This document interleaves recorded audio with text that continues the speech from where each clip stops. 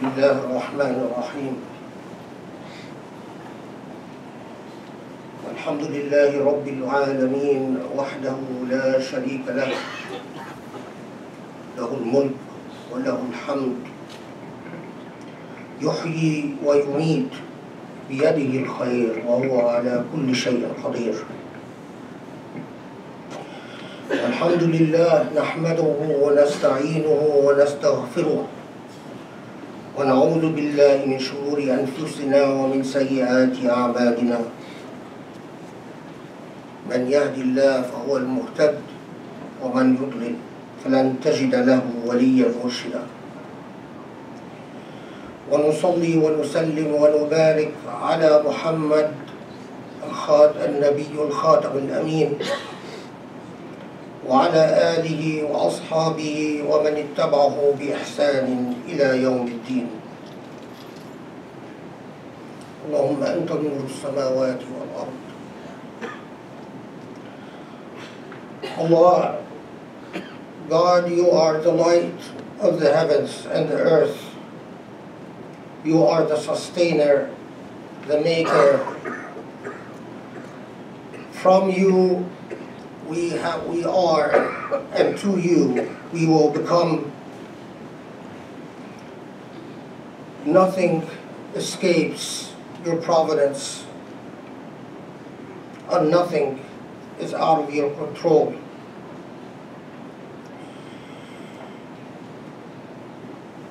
This is the first Jum'ah in the blessed month of Ramadan.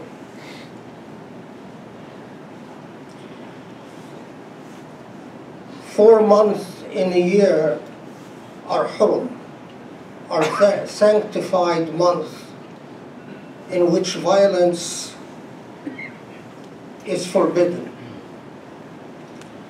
And Ramadan comes as a culmination of the 4 months in which Muslims enter into a school of self-discipline and perseverance, a school in which we take stock of the meaning of our existence, the purpose for being, and the meaning of our faith.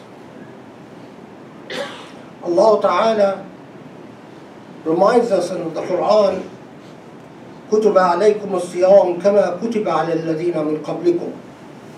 Allah has decreed Sawm, Siyam. Fasting is a poor translation for it, but we'll come to that. As it has been decreed upon those before you. Because Sawm, fasting, is a methodology of the divine. It's a way in which the divine reminds us that we are not simply material beings existing for material purposes that come in a material way and vanish in a material way, but indeed we are supernal, blessed beings from the divine and to the divine. شهر رمضان الذي أنزل فيه القرآن هدى للناس وبينات من الهدى والفرقان فمن شهد منكم الشهر فليصمه. The month of Ramadan is a blessed month in so many and multiple ways. It is the month where the Quran is first revealed to the Prophet Muhammad.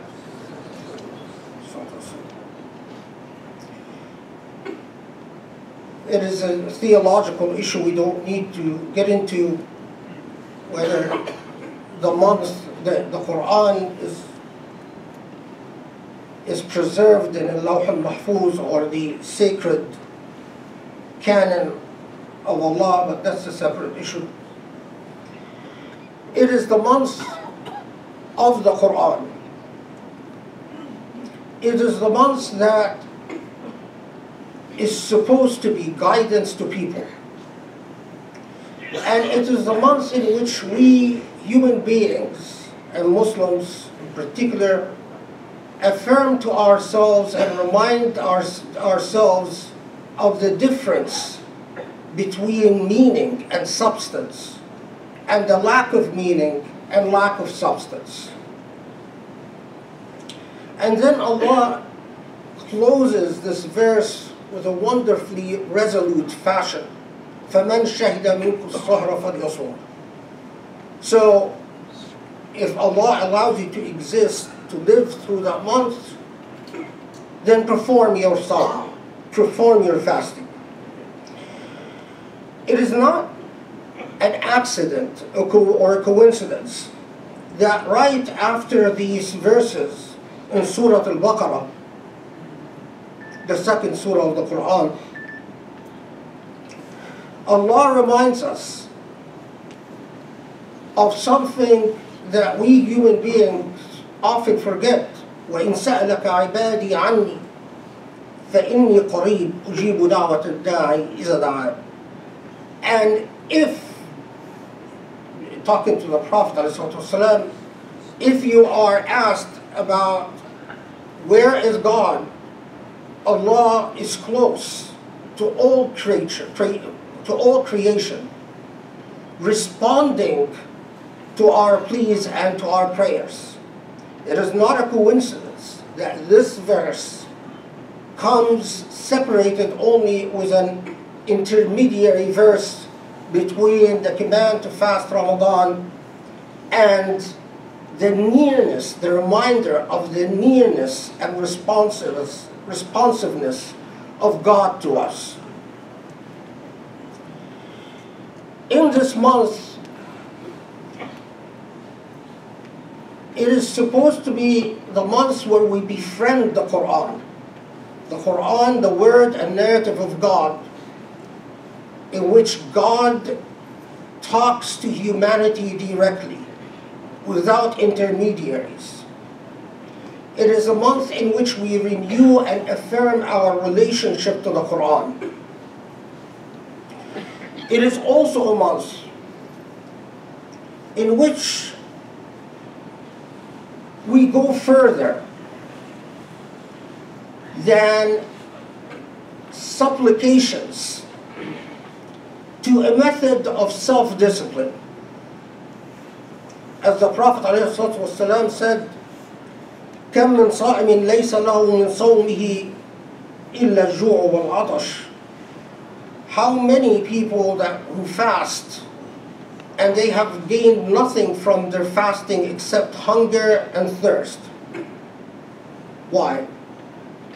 Well, we all know that in the month of Ramadan we abstain from food and drink and any item of consumption from sunrise till sundown. But the point is not simply to abstain from food and drink from sunrise to sundown. The point is to remember that all dependency on material matter, all dependency on consumption is a hujub, a form of falsehood that deceives us from our true essence. Our true essence is the intellect and the spirit in harmony with each other. And to the extent that we focus on consuming and put aside our intellect and our spirit, we don't develop them, we don't nourish them, we don't augment them, we lose sight of our essential divinity. We lose sight that we are divine beings from the breath of Allah Ta'ala. And that is why during this month we discipline the soul, we discipline the body, not simply by putting up with hunger and thirst, but by embracing hunger and thirst and say, this is a month of minimalism. This is a month in which we are supposed to consume little and pray a great deal. Consume little and reflect a great deal. Consume little and love a great deal.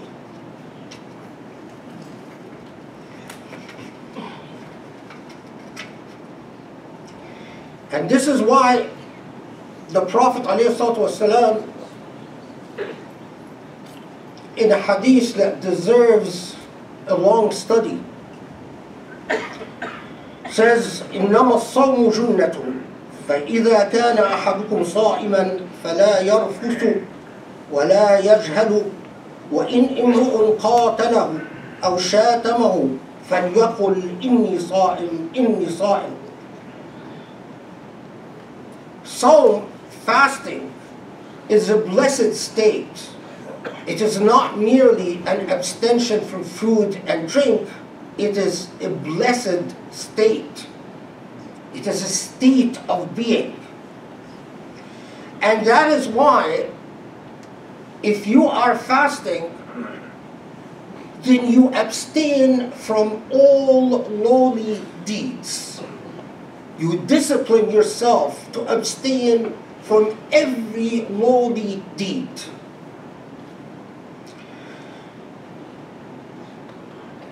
To the point that even if someone is aggressive with you, even if someone attacks you, even if someone offends you or is hostile towards you, your response must be, as the Prophet ﷺ teaches us, to turn away and to say, I am fasting. Meaning, I'm fasting from all lowly deeds, including arguing, fighting, and all the pedantic minutiae of material existence. Some have reported this as a hadith an Jabir and Anas. However, what I will quote to you in the best opinion of scholars, it is not a hadith, but an author, a binding or a irrelevant, pertinent statement by the tabi'een, the successors of the Prophet ﷺ, in their opinion, and in the opinion of Anas, خمس يفطرن الصائم. 5 things are inconsistent with fasting. And 5 things take you away of the blessed state of fasting to a state of error and a state that might even lead to Allah not accept your fasting. Allahu A'lam. Only Allah knows. What are those 5 things? Al-Kadhib, Al-Ghiba, Al-Namima, Al-Yaminu Al-Kadhiba, Wal-Nadaru Bishahwa. What are those 5 things? Lying, Kadhib. Ghiba, backbiting, talking about someone behind their back in a way that they would not like. And namima, a form of slander. وَالْيَمِينُ كَاذِبًا, swearing untruthfully. وَالنَّظَرُ بِشَهْوَةٍ, and lustful looks.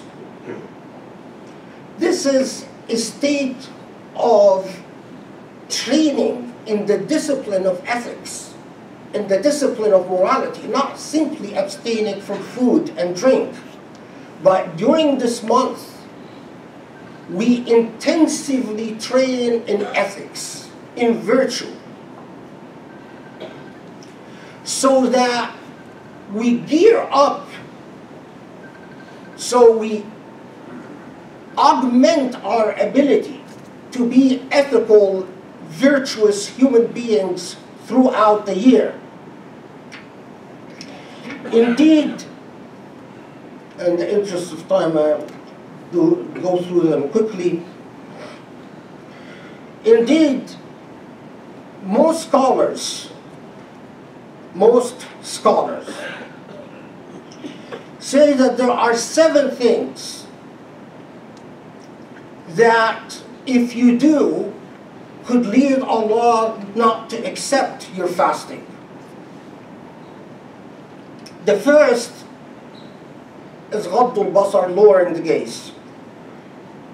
And by the way, غض البصر, lowering the gaze, means not just lustful looking at things, not just lust, but all forms of looking that would be injurious to the other, including spying at other human beings.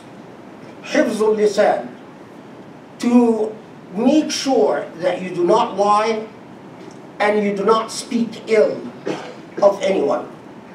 كف السمع, make sure that you do not listen to backbiting or to speech that is negative or injurious to anyone.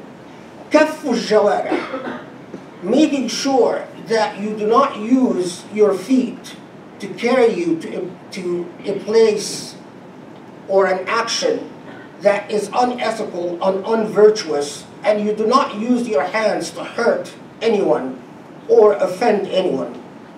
6, ألا تستكثر من الطعام. Now this is I'll pause here for a second. That when it's time for iftar, that you do not fill your stomach to the maximum. Ramadan is not about saving food and enjoying in the delights of meals once it is iftar, once we break fast. In fact, exactly the opposite. Your intake of food and drink should be minimal and only necessary as much as necessary to sustain you physiologically so you can engage in number 7, أن يكون قلب المرء or المرء معلقا بذكر الله, that you would be in your state of fasting, and after you break fast, your heart, your mind is constantly in a state of remembrance. You consume food during iftar only so you can continue with your state of dhikr, of your state of remembering and supplicating Allah. It is a month of intensive training in ethics and virtue. Please turn off your phones. You know, the Prophet ﷺ said that during the Jum'ah, speaking to other human beings or any form of distraction can possibly, or invalidate your entire Jum'ah. So it's important to heed this warning. This state of dhikr, this intensive training in dhikr, is the point of the month of Ramadan. Dhikr could be a form of reading the Quran night and day until you finish it, inshallah, by the end of Ramadan. But dhikr is not simply reading the Quran. It is learning how to be aware of the fact that Allah is always, that God is always in your company, never loses sight of you, and that God is truly your partner in existence, more than any other one, or any other person, more than your wife, your husband, your children. That is the intensive training of the month of Ramadan. Allah yastajib lakum.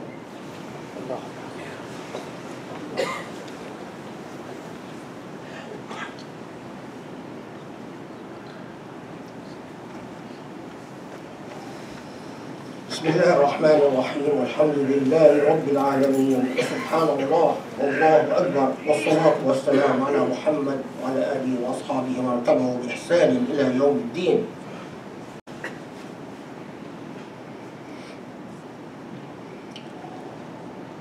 Some theologians have referred to Ramadan as a school, an entire school in the discipline that is required of humanity. Now, as Allah tells us in the Quran, demons, whether these demons are human or non-human, supernatural, jinn, in other words,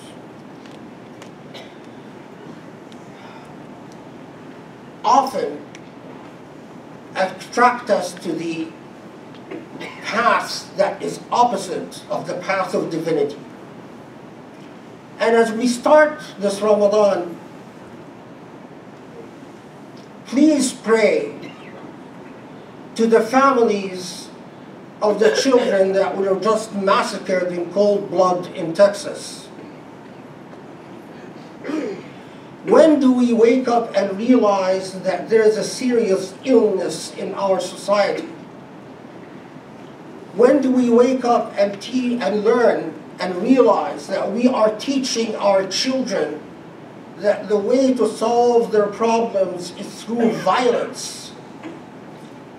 That contrary to the spirit of Ramadan and the Ashhur al-Hurum, the sacred months of peace, or what we learn from the sacred months of peace and the months of Ramadan, that when we glorify violence, we glorify violence by killing at whim around the world and by flexing muscles around the world.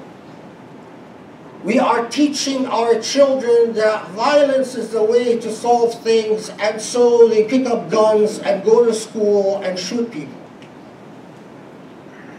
These are your children and my children. How many of you, and I'm sure all of you, worry about your children as they are in school right now? None of us are immune. And it is obscene, my sisters and brothers, it is obscene that we exist at a time where if violence is committed in the name of one religion, everyone is deeply offended and everyone will talk about it forever and condemn the religion and condemn its followers. But the violence that we spawn because of our glorification of violence, in other words, the violence when it's committed by shooters that are Christian, Jewish, or atheist, or agnostic, or whatever they are, we say, till next time. So far this year, every week, there has been a mass shooting. Pray for the victims and their families. And pray for a time when our politicians know that violence, or learn that violence is toxic. Because this is the lesson that Ramadan teaches us. Violence is not a way to solve things. Never was and never will be. The second item. At the beginning of this Ramadan, we were all, as Muslims and every decent religious human being around the earth, was slapped on the face with our administration sanctifying and legitimating the unlawful occupation of Jerusalem. And although the administration was told that when they move the embassy, the American embassy to Jerusalem, there will be an enormous amount of bloodshed, and there was. Pray to the martyrs and the victims of this blood in Palestine, because they are carrying the burden for the rest of us. We as Muslims have abandoned our obligations and duties towards the Quds. 97% of the land has been confiscated unlawfully and illegally by the Israelis. and Muslims are doing nothing.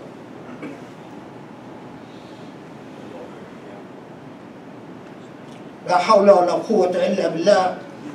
We have all been, at the beginning of this Ramadan, slapped in the face and effectively told, you do not matter in this world. When the president celebrates the moving of the embassy to Jerusalem by inviting evangelists, Christian fanatics, who see this as part of the historical mission and fulfillment of the prophecy of the Bible. What happened to the separation between religion and state? What happened with the idea of a government that doesn't take sides in religious conflicts? This is unconstitutional before being unlawful internationally and unethical. Remember that in your diary. Remember the victims in Texas, the latest, and pray that Allah ends the cycle and insanity of violence. And remember the victims and the martyrs in Palestine, and pray that Allah allows humanity to avoid the spirals and the endless cycles of violence. نسأل الله يستجب لكم. اللهم اصلح لنا ديننا الذي هو عصمة أمرنا، واصلح لنا دنيانا التي فيها معاشنا، واصلح لنا آخرتنا التي فيها معادنا، واجعل الحياة زيادة لنا في كل خير، واجعل الموت راحة لنا من كل شر.